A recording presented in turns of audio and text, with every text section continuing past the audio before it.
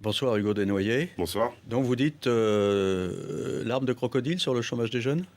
L'arme de crocodile, moi je suis un peu... On a en France des domaines qui sont porteurs au niveau de l'emploi, tout ce qui touche à l'artisanat, tout ce qui touche au modèle, enfin tout ce qui touche à la bouche.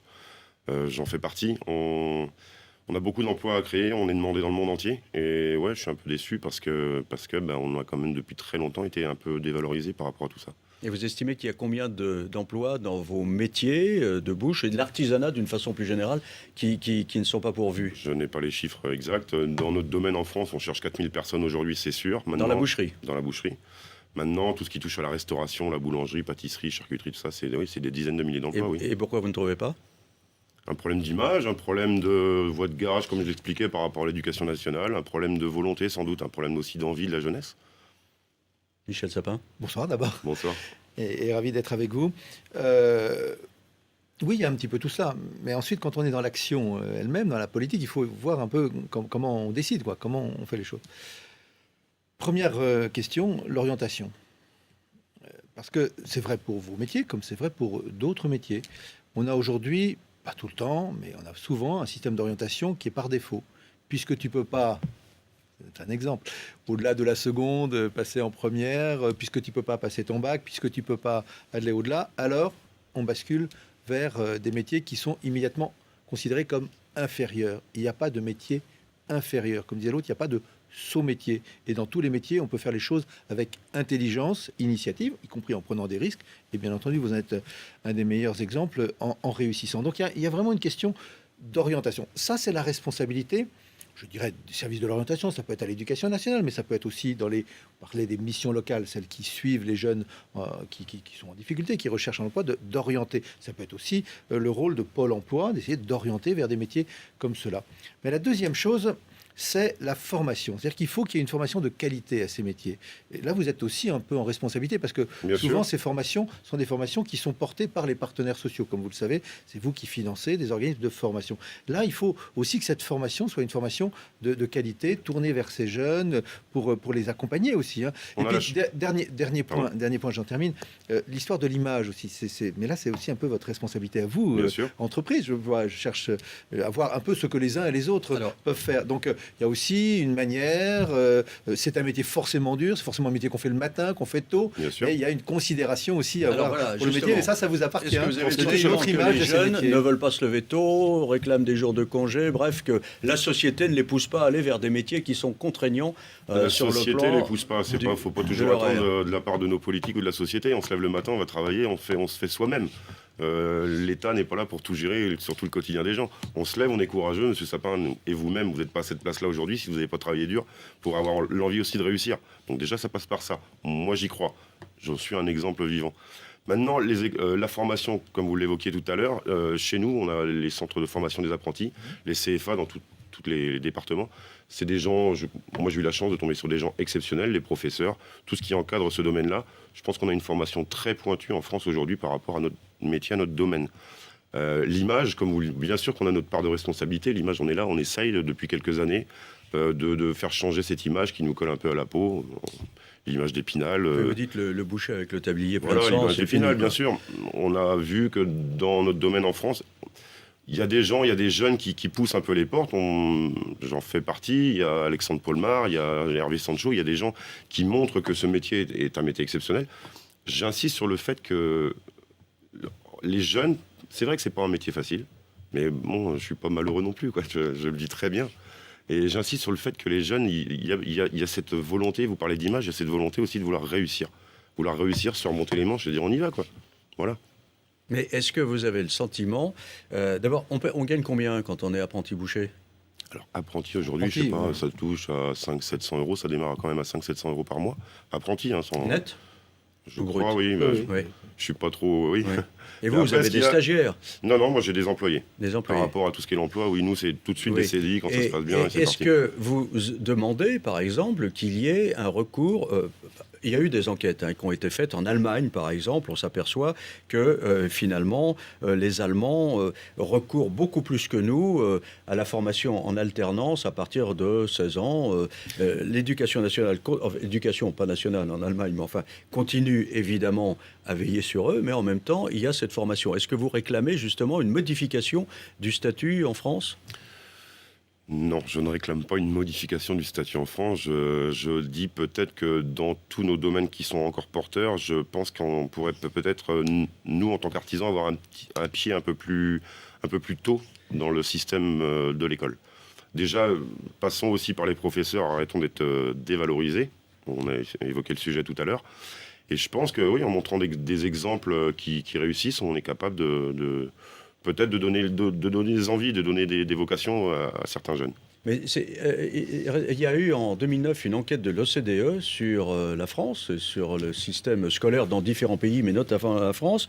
Et l'OCDE parlait en France de la névrose du diplôme. C'est-à-dire il faut vraiment que tu aies les diplômes les plus élevés. Michel Sapin, est-ce que c'est là que réside le problème ? Oui, enfin, névrose du diplôme, avoir un CAP ou avoir un BEP, c'est un diplôme. Oui, mais pour beaucoup de gens, le CAP, c'est pas considéré comme étant un diplôme. Oui, c'est ça qu'il faut changer. Voilà, c'est ça qu'il faut changer.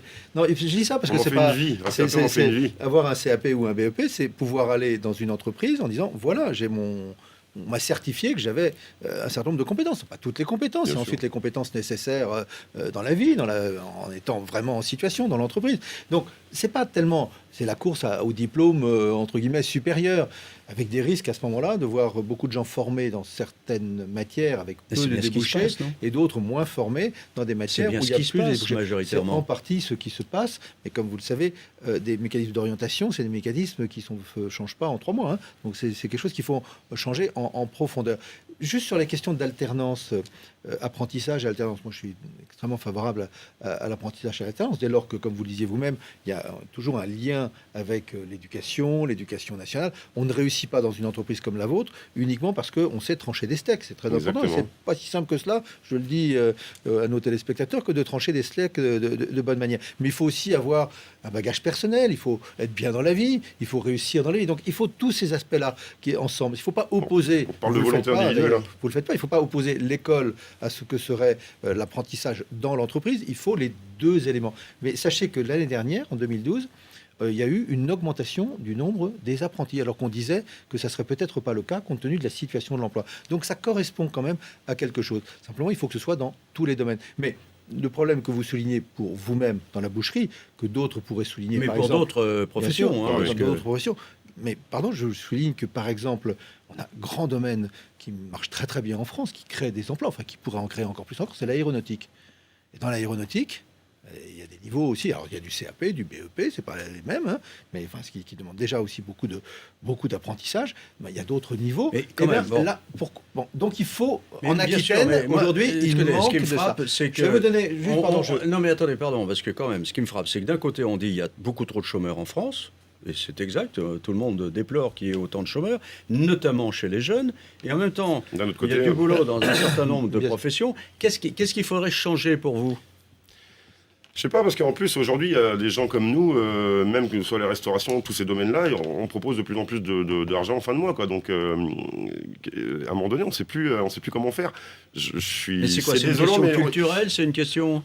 Je sais pas, pourtant, les émissions de télé au niveau de la cuisine n'ont jamais autant marché. Tout le monde veut devenir cuisinier demain. Oui, mais je le répète, il faut remonter les manches.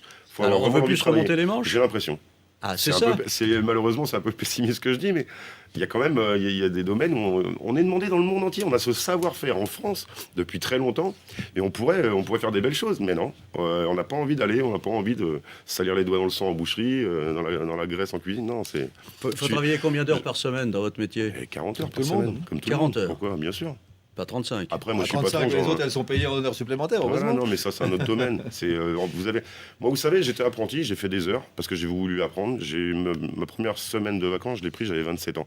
C'est ce que je répète, c'est une volonté personnelle. Si vous avez envie de réussir, voilà, faut bosser. Michel Sapin, on Juste n'a deux pas choses. envie de se retrousser les manches, Et après- dit Hugo Bah, Dunoyer. le pauvre, je c'est le pas comprends. monsieur ça. Après, pas c'est non pas plus, vrai, c'est c'est pas pas- vous. je peux retrousser Pas les vous miennes. particulièrement, je dis, Donc, voilà, ici, apparemment, il a le la sentiment remarque, je comprends qu'on tout à veut fait. plus. Et en même temps, il ne faut pas se lamenter. Il faut essayer de trouver des solutions. Il faut voir Redonner comment on peut envie. agir. Redonner Donc, envie. de redonner envie, des Redonner émissions, le train en des marche. personnalités comme vous, un discours qui permet de montrer qu'on peut réussir, y compris de gagner sa vie extrêmement correctement par ces métiers. Tout ça est très utile. Mais dans la politique publique, il y a deux choses. La formation professionnelle, il faut qu'elle soit plus efficace. Il va y avoir une réforme de la formation professionnelle, et en particulier en confiant aux régions qui connaissent bien leur territoire, qui connaissent mieux que l'État lui-même Et les- l'ensemble des Les choses. CFA, justement, Et aujourd'hui, sont justement, quand les même CFA sont en liés dehors avec de l'éducation nationale, c'est elles quand même sont- des choses prises. Elles sont liées à la région, Voilà. parce que c'est les régions qui participent à leur financement et à l'organisation. Donc ça va être simplifié. Ça fait partie de la loi décentralisée. Puis la deuxième chose, j'entendais ce que vous disiez. Vos gars, ils sont en CDI. Oui.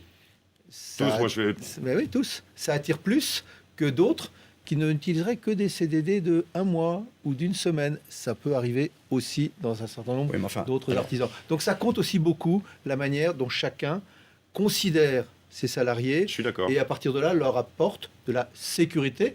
Et la sécurité, ça permet d'être exigeant.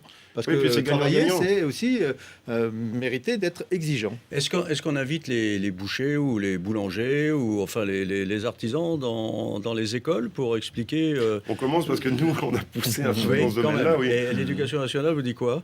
Vous dit bah oui, J'ai venez pas à encore- bras ouverts. Non, ou- c'est dans d'autres domaines. Ça a été non, c'est pas encore l'éducation nationale comme moi je l'entends. J'aimerais bien mettre le pied dès la 6e pour essayer justement d'exposer et de Il y a, montrer il y ce a que des je lycées fais. professionnels dans lesquels Voilà, il y a ça des reste- spécialités moi je dans ce pense qu'il domaine, faut mais vous rester pourriez en y aller, hein. général. je sens qu'on va vous inviter au lycée professionnel bien. d'Argenton-sur-Creuse. Ça serait bien.